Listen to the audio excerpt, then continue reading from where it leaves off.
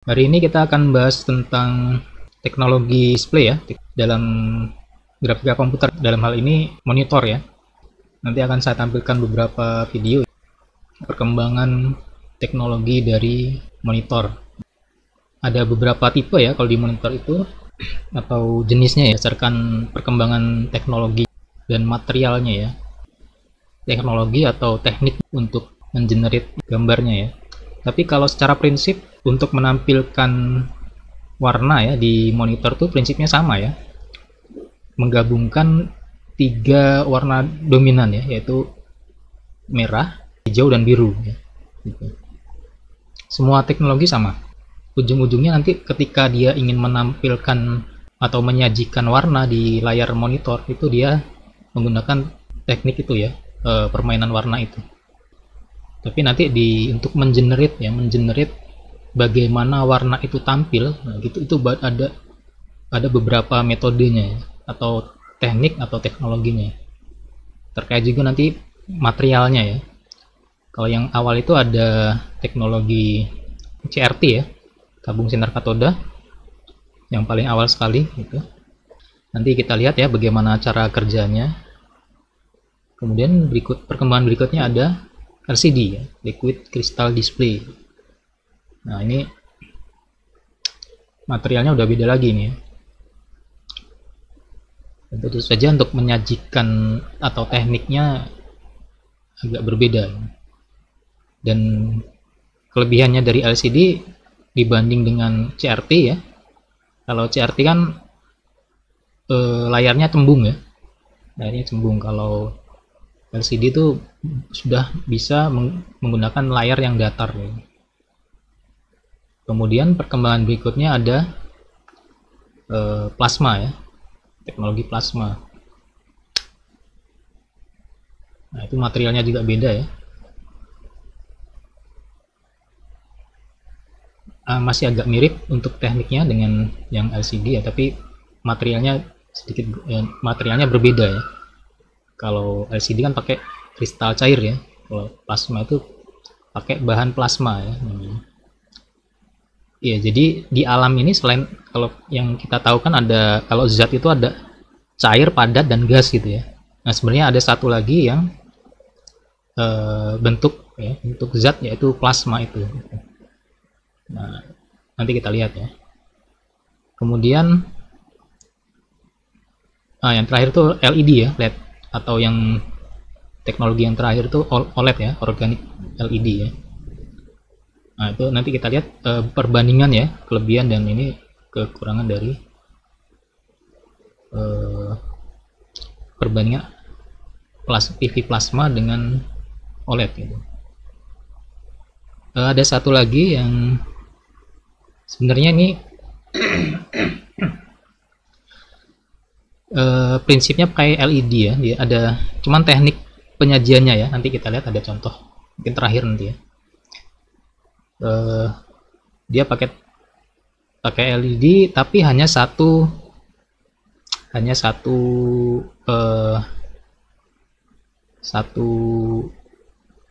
baris ya, atau satu deret LED gitu ya.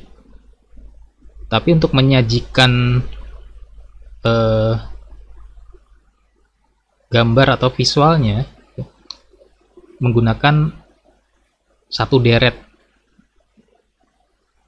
LED tadi diputar ya, diputar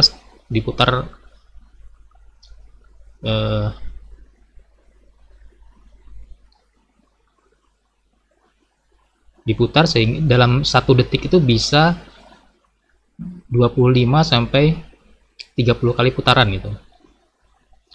Itu nanti akan menampilkan kalau ya sebenarnya teknik umumnya teknik penampil display itu dia dalam tanda kutip ya memanfaatkan dalam tanda kutip kelemahan mata ya. Kalau mata kita kan, mata manusia ya, mata kita kan ada terbatas ya kecepatan, kalau istilahnya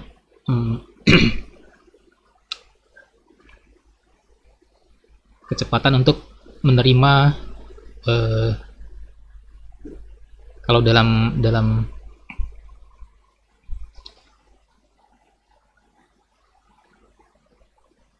dalam istilah video itu ada frame per detik ya. Jadi dalam satu detik itu mata manusia itu tidak bisa membedakan dua hanya bisa membedakan 25 macam ini ya. Nah, tapi kalau itu dalam satu detik tuh nanti akan kelihatan seperti bergerak gitu ya. Nah, jadi keterbatasan mata manusia itu ya. Nah, itu dimanfaatkan untuk bagaimana penyajian warna atau visual di monitor. Nah, ini perkembangan awal dari teknologi CRT ya. Ini sudah lama sekali ya, ini sekitar awal tahun 40-an ya. Nah, jadi kalau di CRT itu dia perkembangan teknologi ya, dia ke tahun 40-an tuh ditemukan teknologi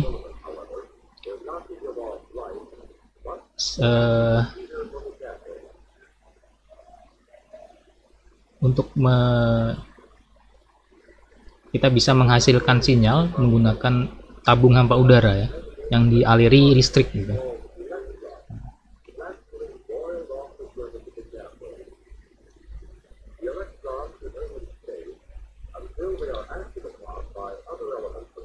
Nah, elektron yang di dalam dengan menembakkan elektron tadi ya ke tabung hampa udara itu nanti akan menghasilkan sinar ya atau cahaya gitu.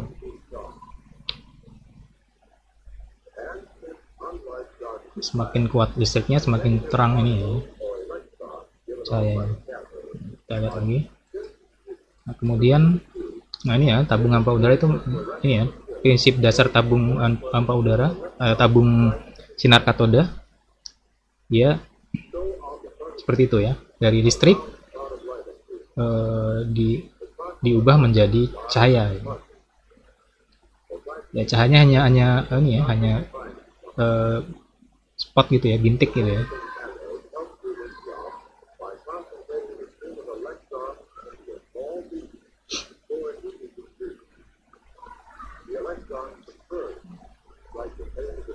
Ukuran spotnya ya bisa difokuskan ya.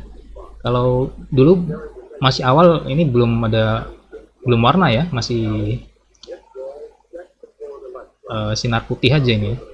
Ini masih awal-awal dulu masih belum menyajikan warna ya.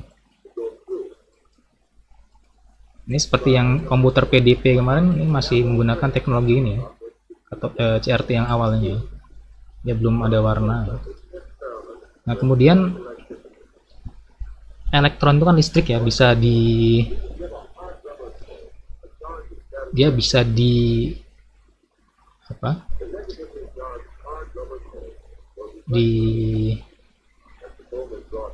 dipengaruhi arus listrik statis ya, bisa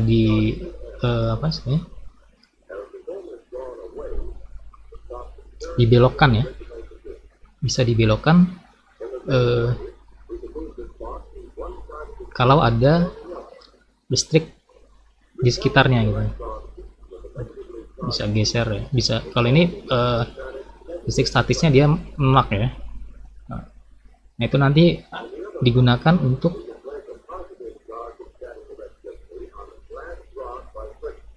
melakukan pergerakan horizontal dan vertikal nanti ya.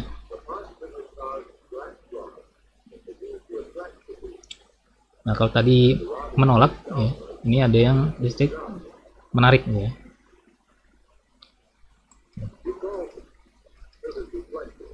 Nah, nanti listrik statis tadi diimplementasikan di ininya ya, di depan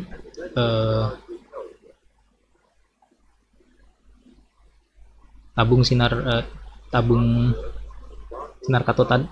katoda tadi ya. Dia ketika sinar ditembakkan ya, kemudian di situ ada bagian ini ya.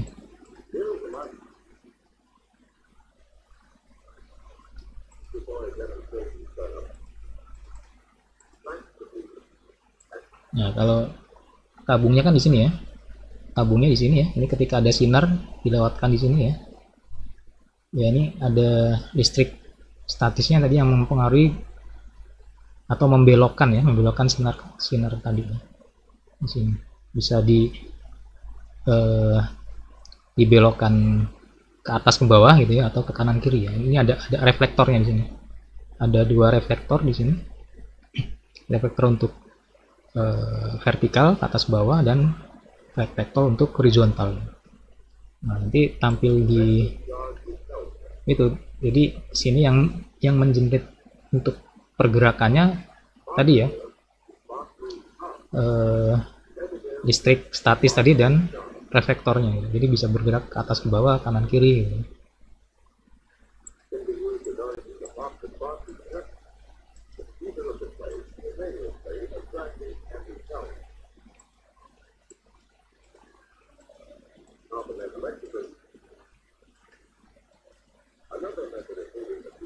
Nah, kemudian selain menggunakan listrik statis tadi ya, nah, ternyata sinar katoda tadi dipengaruhi juga oleh medan magnet nih ya.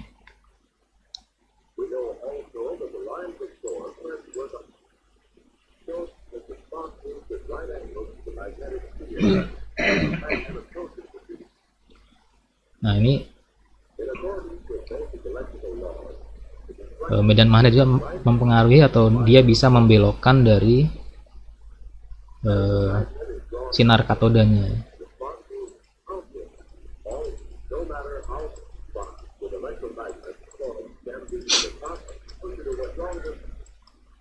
Nah, kita lihat bagaimana implementasinya ya. Nah, kalau ini udah digeser ini ya, horizontal ya.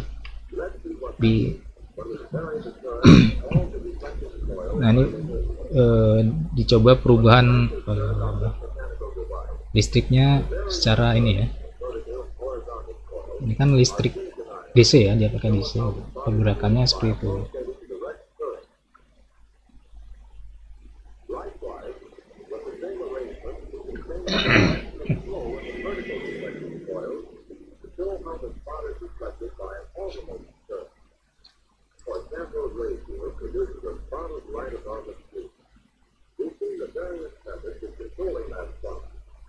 Kemudian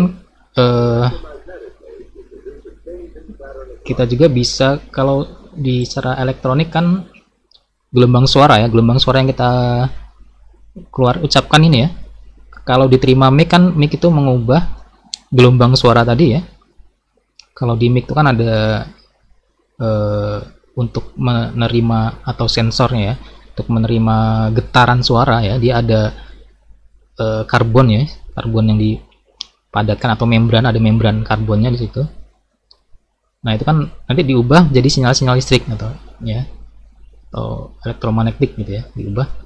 Nah, nanti sinyal-sinyal listrik itu ya akan mempengaruhi CRT tadi ya, reflektornya atau apa namanya, sinar katodanya dipengaruhi listrik yang sinyal-sinyal listrik yang diterima dari suara tadi. Nah, jadi nanti akan menyajikan waveform seperti ini.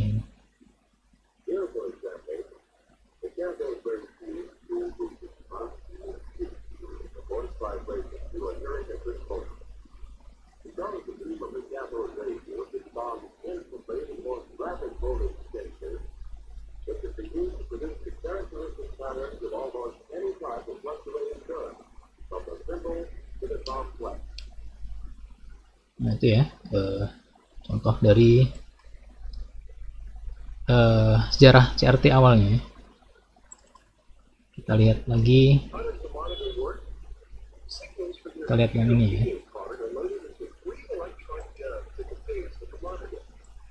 Ini untuk yang TV warna ya, kita lihat ini. Kita ulangi dari awal dulu. Signals from your computer's video card are loaded into 3 electron guns at the base of the monitor. There is one gun for each of 3 colors: red, blue, and green. These 3 colors, when mixed together, can create all the colors you see on your screen. Now, these guns don't shoot bullets. Instead, they shoot a powerful beam of electrons towards the face of the monitor. The beams pass through the deflection yoke.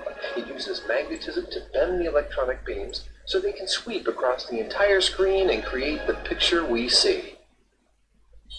What happens once the beams have swept your monitor? Special chemical phosphors are painted on the inside of the monitor. Energy from the electron beams makes the individual phosphors glow either red, blue, or green, depending on the type of phosphor. The stronger the electron beam, the brighter the phosphors glow. A sheet of metal with holes in it helps keep the electron beams aligned exactly with the phosphors. This is called a shadow mask. The beams sweep across the entire screen 60 times per second. It happens so quickly that you are unaware of the firing process. Instead, your screen appears to be a steady, continuous image, just as it does now. Hello, my dear friends.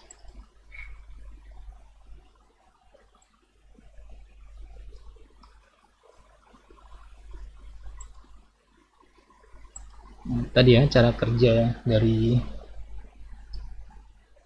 CRT untuk TV berwarna ya. Kita lihat lagi ya. Nah, kalau prinsip dasarnya dia sama ya, pakai CRT, pakai tabung sinar katoda di sini ya untuk mengenerate sinarnya ya, cahayanya berjalan.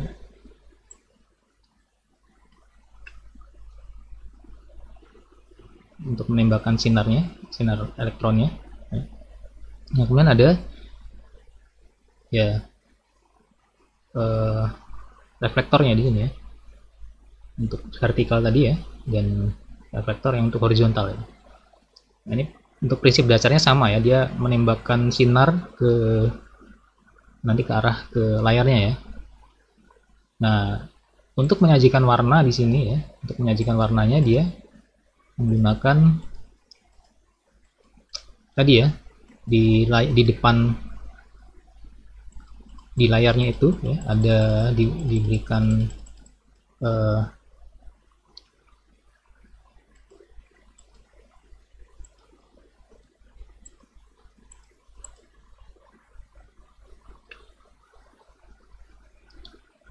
diberikan layar atau material yang bisa berpendar ya, atau fluoresen ya. Jadi ketika ditembakkan cahaya itu dia akan menghasilkan warna gitu.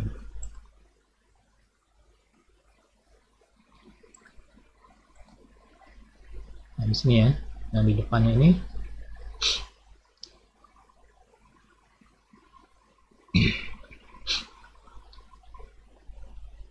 nah nanti nah ini ya, layar fosfornya ya, dia pakai untuk menyajikan warna, dia pakai material fosfor ya. Ada 3 fosfor untuk 3 macam warna dominan tadi ya, merah, hijau, dan biru. Nah, nanti ditembakkan di sini, nah, supaya tepat pada titiknya ya, yang ditembakkan tadi ya, itu ya ada yang namanya shadow mask-nya. Ya, nanti warna yang dihasilkan itu bergantung dari intensitas ini ya, warna 3 warna ini ya. Ya, kalau redup ya warnanya semakin gelap ya, kombinasi ya nanti ya. Kalau yang biru redup misalkan ya, merah dengan hijau terang gitu, nanti warna apa gitu ya.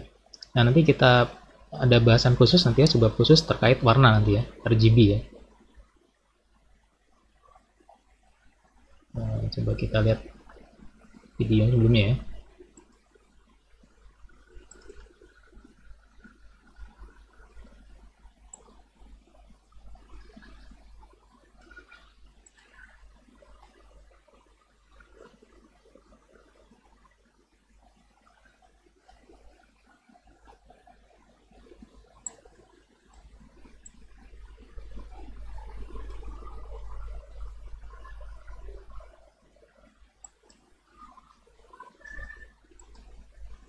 Jadi di cathode tube-nya ada 3 3 Kato ya, 3 CRT ya, yang masing-masing warna tadi ya. Nanti ditembakkan ke fosfornya gitu. Nah, nanti fosfornya itu akan merespon warnanya ya, sesuai dengan warna sinar elektron yang ditembakkan gitu, dan intensitasnya juga ya. Gitu. Kemudian nanti ditembakannya itu ya, dalam ini bisa dalam 1 detik ya, itu bisa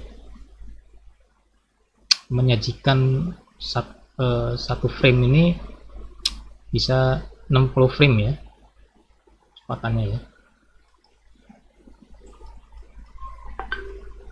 Nah, cuman mata kita kan nggak bisa melihat perbedaannya atau perubahannya gitu ya. Hanya kita melihatnya ya itu tampil gitu ya. Nah, nanti kita bisa lihat kalau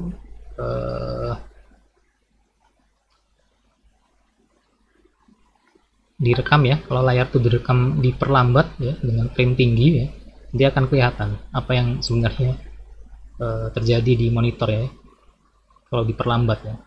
Karena ini cepat, kita melihatnya semuanya sudah jadi satu gambar gitu ya di layar gitu ya.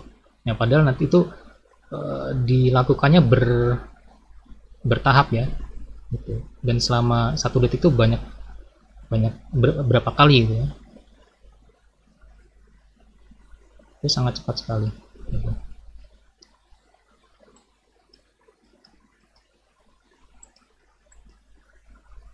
Nah, ini tadi ya, udah shadow mask ya. Ini yang di sebelah kiri ini fosfornya untuk menerima.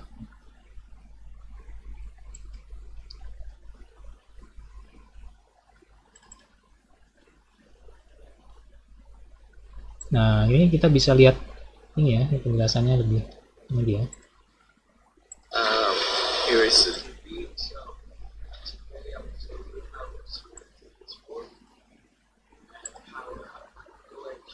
Kita lihat secara fisiknya ya, ini seperti ini ya.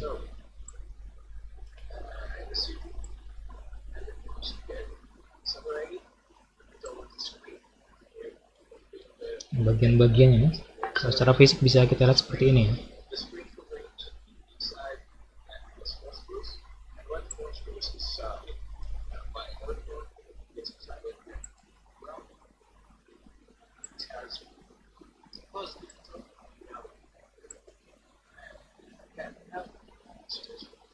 Nah, kalau ini reflektornya dia dimatikan ya, jadi nah nanti dia hanya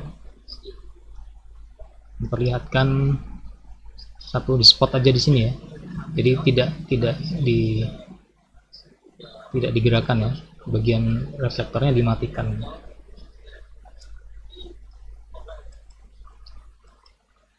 Nanti ini akan mendemokan bagaimana tadi ya kalau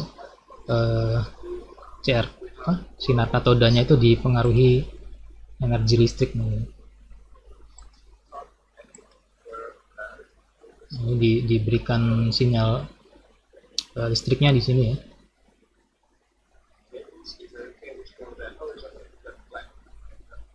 Untuk mengatur membelokkan sinar tadi ya.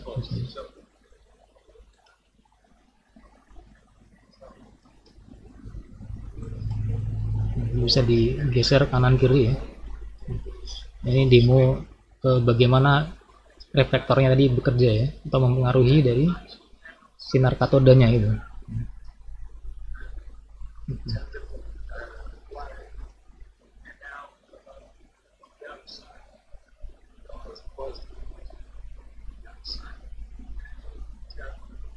Itu mengikuti gerakan dari pengaruh dari sinyal listriknya ini. Lanjut ya.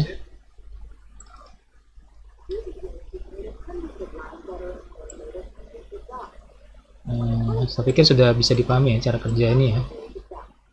Prinsipnya sih ini sekedar review aja ya, saya animasinya.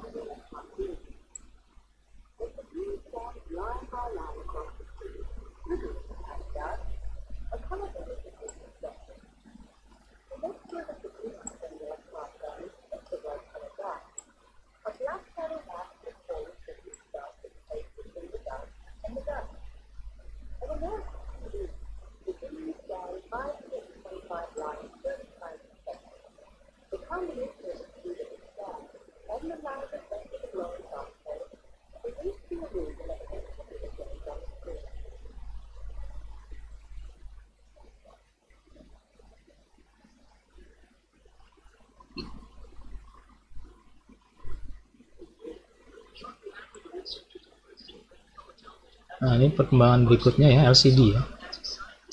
Teknologi LCD. LCD ini sekitar tahun 60-an ya, 50-an 60-an ya. Kalau materialnya sekitar 50-an, tapi untuk implementasi ke monitornya ini ya sekitar 60-an. Ya, cukup lama perkembangannya.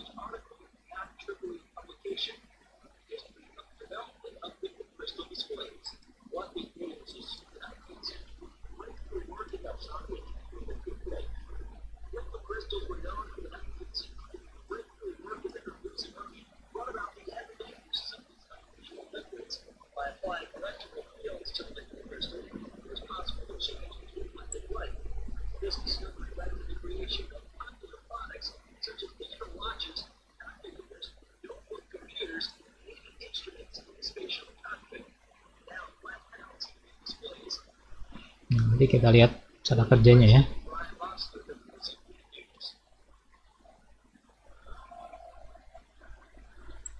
Ini cara kerja dari LCD ya.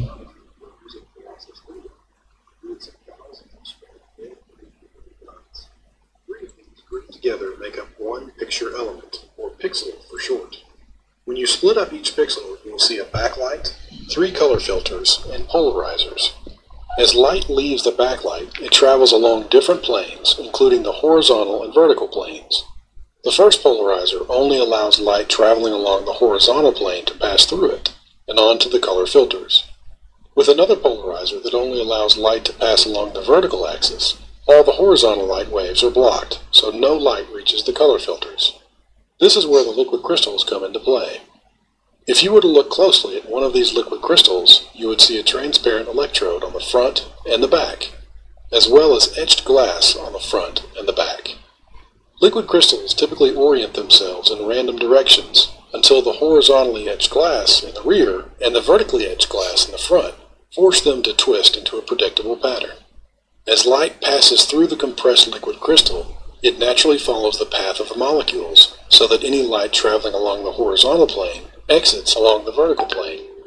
By reintroducing the electrodes and passing electricity through them, we can get the molecules to align themselves in the direction of the electric flow, causing light to no longer twist when passing through the liquid crystal. When we place these crystals back into the pixel, we can see that the light from the backlight will pass through the horizontal filter, get twisted into a vertical position by the liquid crystals, and then flow through the vertical polarizer to the color filters. However, if we turn on the electrodes, then the light is no longer twisted by the liquid crystals and stops at the vertical polarizer. By adjusting the amount of electricity that flows through each set of electrodes, we can control how much light reaches each color filter, and therefore what color is seen on the display. We generally talk about colors on a display in terms of how bright the red, green, and blue are in each pixel, from 0 to 255. If all 3 numbers are 0, the color on the display appears black, and if all are 255, then the display appears white. As you increase the amount of red, green, and blue in each pixel, you will see different colors appear on the screen. The monitor adjusts the amount of electricity flowing through each liquid crystal one by one, row by row, around 60 times per second. This has been a short look at how LCD monitors work.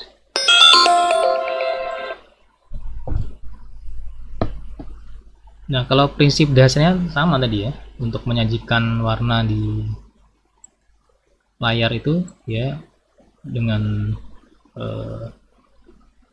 kombinasi dari warna merah, hijau, dan biru ya.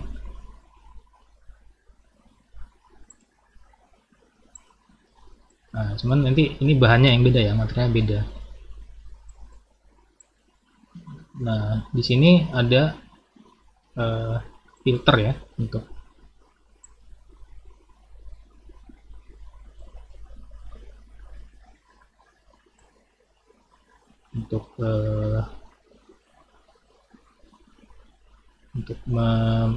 mengatur dari intensitas cahaya yang nanti ditembakkan ke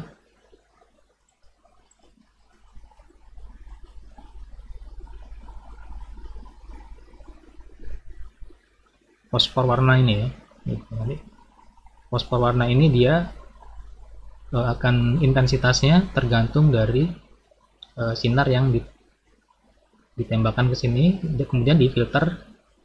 Nah ini ya, liquid kristalnya dia bisa berubah posisi berdasarkan polarisasinya ya. Jadi dia memblok gitu ya, dia akan memblok atau meneruskan cahaya ya, berdasarkan intensitas atau berdasarkan polarisasi ini ya, arus listrik yang dikirim ke sini ya. Gitu. Nah, dia bisa memblok seutuhnya atau mengirim sinar yang di belakangnya. Kalau di belakang sinar putih nih. Nah, untuk mengatur intensitas warna sinar yang ditembakkan, yang difilter di sini ya, sini. Nah, kalau seperti ini dia sepenuhnya dikirim intensitasnya. Kalau yang tadi yang tinggi ya, kalau ini ya.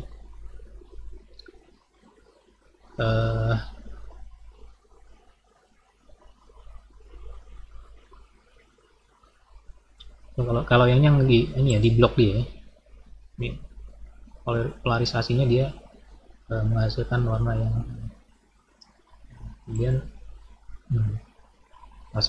polarisasi seperti ini dia akan menghasilkan intensitas yang lebih tinggi di sini.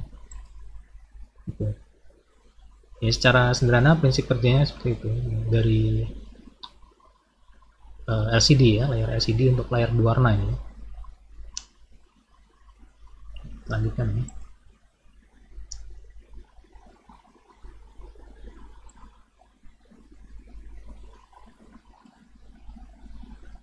Mungkin kalau ada pertanyaan silakan, bisa ditanyakan terkait materinya ya.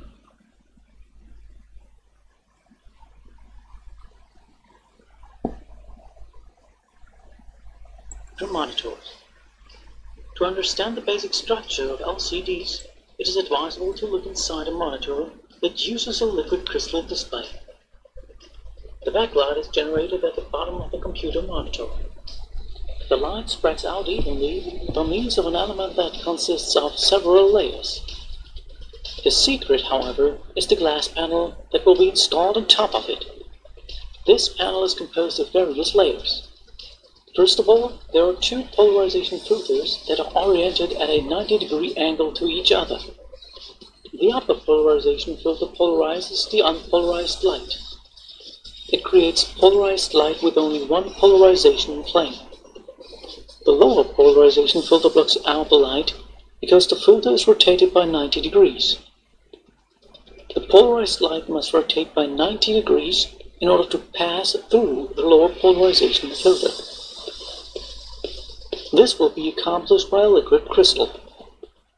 LCD monitors use twisted pneumatic liquid crystal materials. The molecules of twisted pneumatic liquid crystals are twisted by almost 90 degrees. Alignment layers are placed on top and bottom of the liquid crystal that precisely twist the molecules by 90 degrees. Consequently, the polarization plane is rotated and the light will pass through the lower polarization filter. Glass panels are coated with transparent electrodes, which allows adjusting the polarization plane and, consequently, the light's intensity. In proportion to the voltage applied, the molecules of the liquid crystal untwist, so that the polarization plane is not changed and the light's path is blocked by the filter.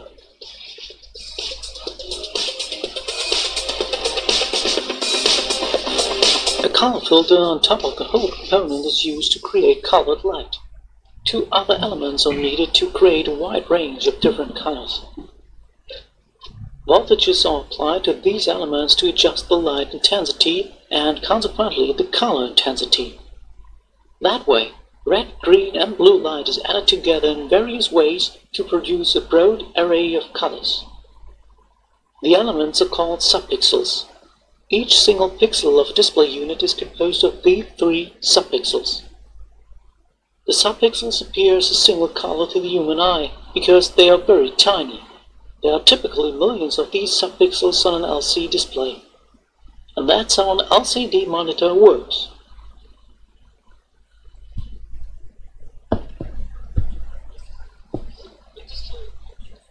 Nah, ini display plasma ya ini ya.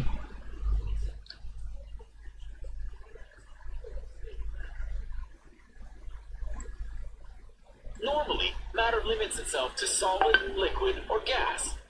The plasma screen relies on yet another state of matter called plasma. As a result of energy transfers within this very unique state of matter, this screen can display pictures. Okay, but how does it work? The plasma screen, the housing, the power supply, the multimedia interface, the electronics, the video card, and finally the surface upon which pictures are displayed, the famous plasma module. It's made up of two thin plates of glass stuck to one another. It's here where, thanks to plasma, pictures are created. But to understand how, it's time to do some shattering.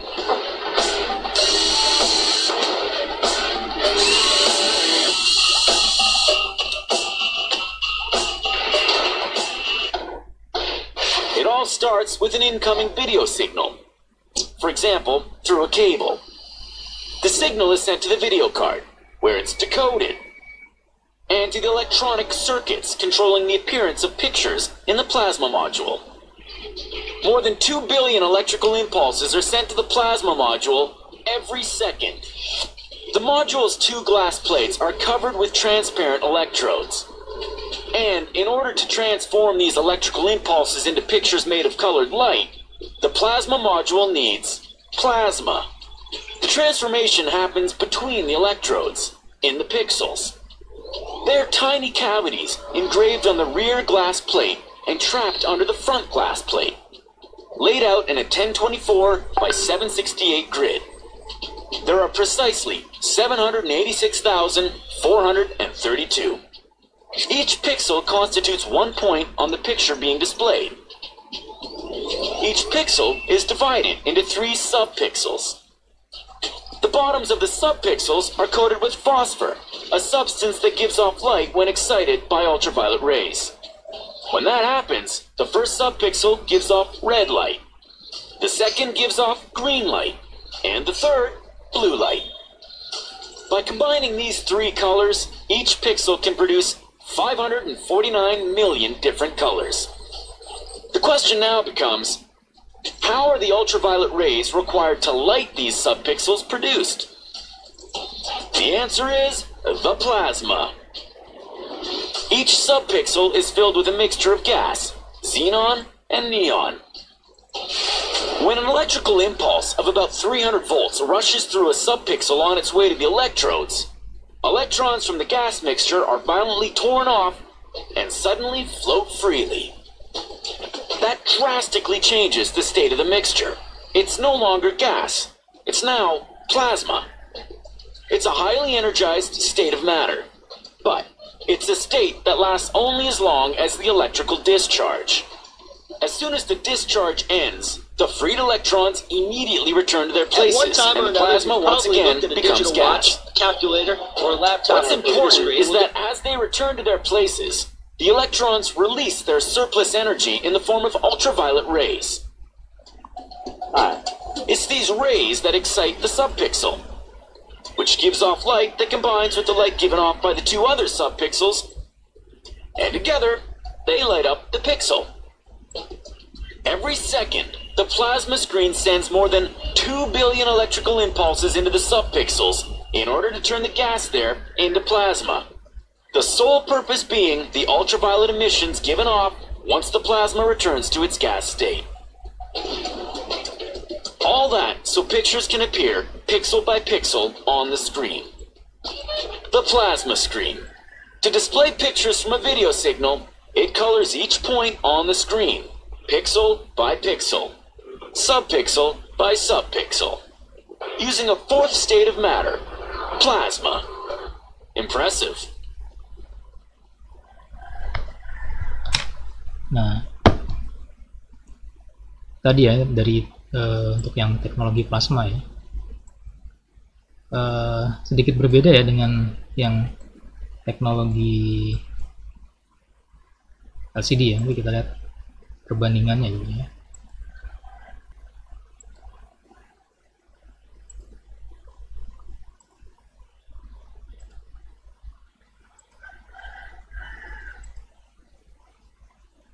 Ya, perbedaan dari LCD dengan TV plasma ya, dengan teknologi plasma ini. Kalau LCD kan dia sinarnya itu berasal dari ini ya, layar di belakangnya ya. Ada layar yang digenerate sinar ya. Nanti ditembakkan ke layar yang di depan yang layar warnanya gitu. Layar fluorescent ya, atau fosfornya di sini ya. Yang berpendar berdasarkan intensitas di liquid kristalnya di sini ya. Polarisasi dari liquid kristal gitu ya.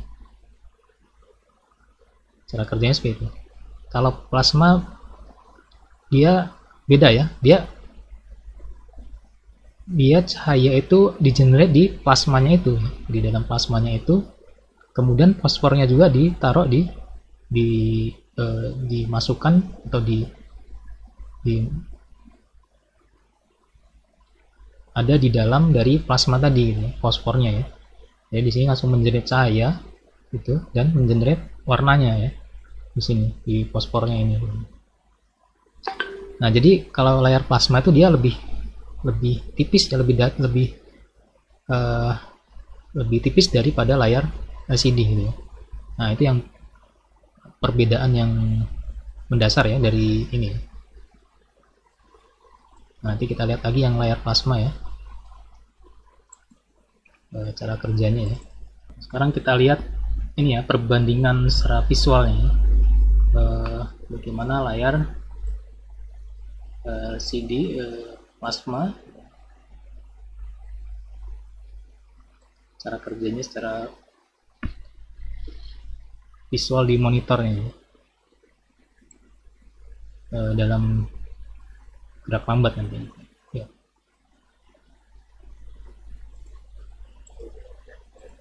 Just watching several still images, 24, but a TV I'm going to use a very old and very crap CRT TV.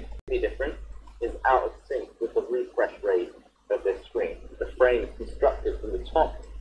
Kita akan lihat nanti ya. TV and the cat played back at 25. This is how it would be perceived in real time. Nah, kalau now at 1600 frames a second, you can actually see the scan line. line. Nilai frame per detiknya diperbesar ya. Kalau yang 25 fps ini kan, ini mata kita tidak bisa membedakan ya kecepatan ini ya. Nah, kalau kita tingkatkan frame per second, frame per detiknya akan terlihat ya, seperti ini ya. Nah, sebenarnya hanya seperti ini yang terjadi di layar ya. Tapi karena sangat cepat gitu ya. Jadi yang kita lihat ya seperti tadi, itu layarnya penuh. Kita akan lihat lagi ya. Ini kalau lebih lambat lagi. Now differentiate each Ini. individual frame being built from top to bottom.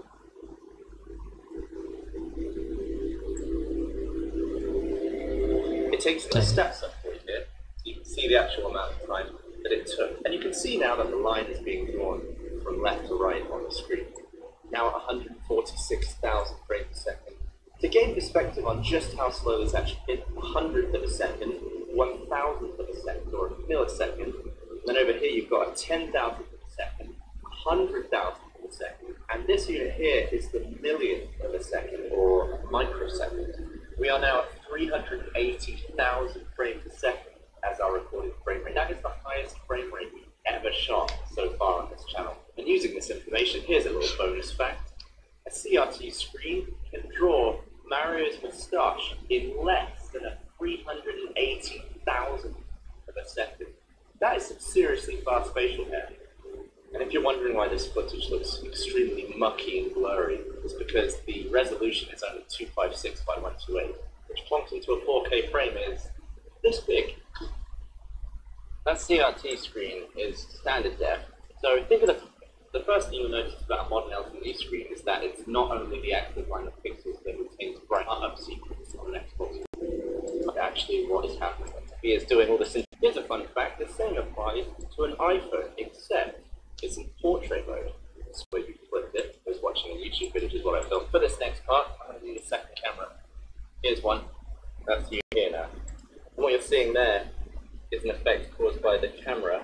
Nah, kalau kita lihat lebih dekat lagi ya, Individual pixels on the nanti akan surface terlihat of this screen. As I approach the white, everything starts to become in focus, even than that.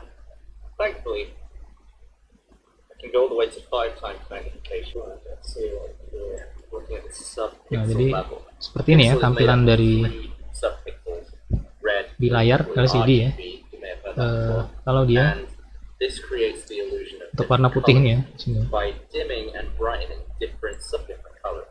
When all 3 are lit to full brightness, you get white. When all 3 dim, you go through grey all the way down to black. So if green dims away and red and blue are still lit, then you go into magenta, purple, that sort of area, and that's how the colors are made. So every time on your TV you're looking at a white image, you're looking at tons of blue, green, and red lights. They're just so small, they look like white to your eye. Ya, jadi ada dua ilusi yang diterapkan dalam layar gitu ya. Ilusi yang pertama ilusi warna ya, ilusi warna, kemudian ilusi frame rate-nya ya, Just the entire block and they're bigger. untuk menyajikan image di layar. Nanti yang untuk TV plasma ya. Now, interestingly, even though this area is black because all the subpixels are dim, they are still in fact backlit. I'll show you that later. Like you can see as he's pushing it, you have to pardon the noise, but it's extremely high ISO to get this shot for a macro lens. You can see even the dimmed pixels part of the liquid crystal display. Ini untuk layar LCD ya, dia tampilan dan perbandingan LED ya, LED dengan plasma ya. So here it is, available on my camera, would show up multi-color scan bars or Nah, yang bisa kita lihat ya, kalau plasma lebih redup ya untuk cahaya yang ini ya. Kalau OLED dia lebih terang untuk warna ini ya. which unfortunately would cause the OLED to look blurrier on camera than in real life, since its blacklight insertion rate would be out of sync with my camera's frame rate. As a side note, the subfield drive and different phosphor decay rates Secara are also tampilan why lebih some beda ya, viewers terlihat beda see sekali filter antara on bright screen plasma plasma, kecerahannya ya, as well as antara plasma dengan LED ya, LED atau OLED nih ya, a black background. organic LED. I've written an article explaining the requirements a plasma bit rate will have been similarly excellent on both 10 and 100 rate of 120 Hz. As a result, 2000 had to up displays, although making OLED more resistant to permanent on 4K Blu-rays. Mungkin nanti bisa dilihat sendiri untuk detailnya, nanti saya kasih linknya kalau atau di YouTube ada, bisa searching ya.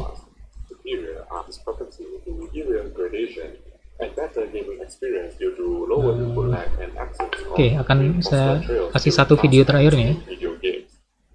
Nah, ini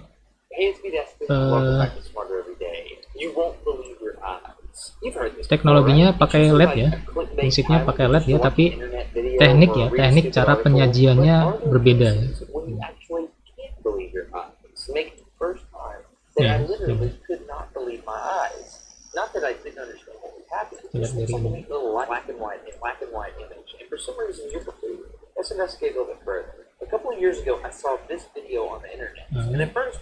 Untuk menyajikan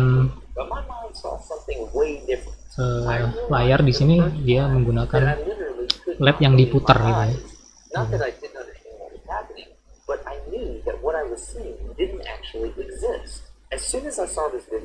Saya pertama kali melihat ini juga, saya kayak nggak, ini apakah ini benar atau enggak ya, saya ragu ya waktu awal melihat layar yang menggunakan putaran LED tadi. Saya pikir agak tidak masuk akal gitu ya, tapi ini memang benar ada ya.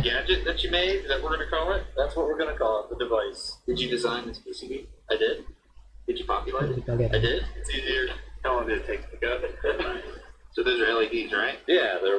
Nah, jadi dia hanya menampilkan LED, satu baris LED saja ya yang di generate warnanya ya, dengan kecepatan tertentu ya, frame rate-nya.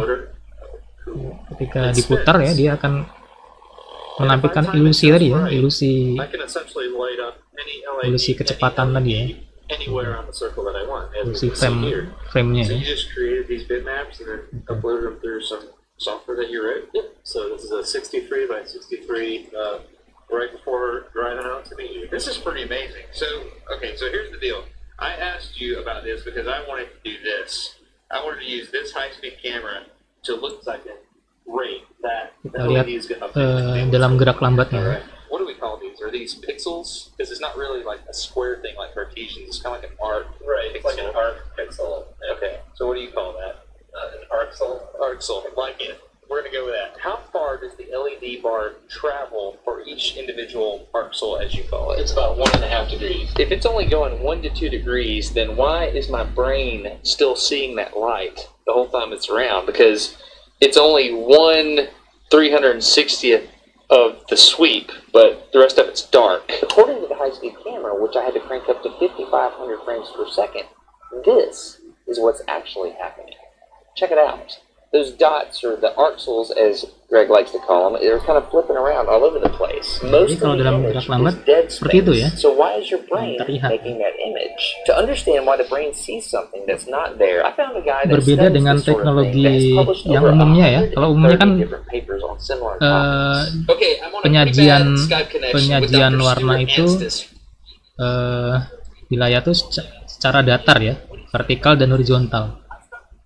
Tapi kalau yang sedang dikembangkan ini dia menggunakan putaran ya. Agak sedikit aneh ya, ternyata untuk dengan putaran pun bisa menyajikan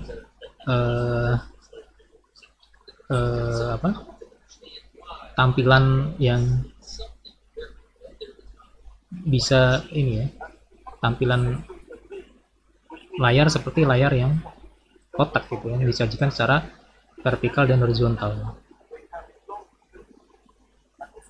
Walaupun memang sedikit ada ini ya, tidak terlalu bagus ya, tidak ini ya, tidak halus ya gambarnya dibandingkan dengan kalau layar yang datar dan vertikal ini ya. Dia ada, karena perbedaan ini ya, perbedaan pergerakan antara kalau sudut yang di dalam kan lebih kecil ya daripada dengan sudut yang di luar ya.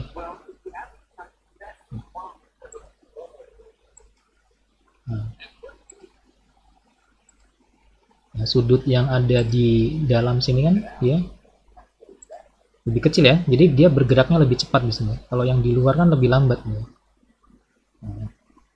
Ya mungkin untuk memperhalus ada teknik tertentu ya, untuk jadi mungkin perlu dibedakan kecepatan yang menyala di sudut dalamnya dengan sudut luar ya. Jadi kalau yang dalam mungkin lebih lambat, yang di luar tuh harus lebih, yang dalam tuh lebih cepat gitu ya, yang luar lebih lambat supaya menyesuaikan. Nah kalau ini kan dia terjadi agak tidak terlalu halus ya gambarnya, tapi cukup unik juga ya. Dan ini akan menghemat ruang ya kalau ini diterapkan gitu ya. Kalau ini kan atau dia tidak terlalu banyak menggunakan perangkat gitu ya, hanya satu baris LED aja ya. Kalau layar gini kan dia menggunakan banyak LED ya. Setiap ini ada kekurangan, ada kelebihan ya. Jadi seperti itu ya untuk terkait perkembangan layar ya, untuk menyajikan sebuah image atau bentuk grafis di layar ya, di monitor gitu. Ya mungkin untuk hari ini cukup itu saja ya.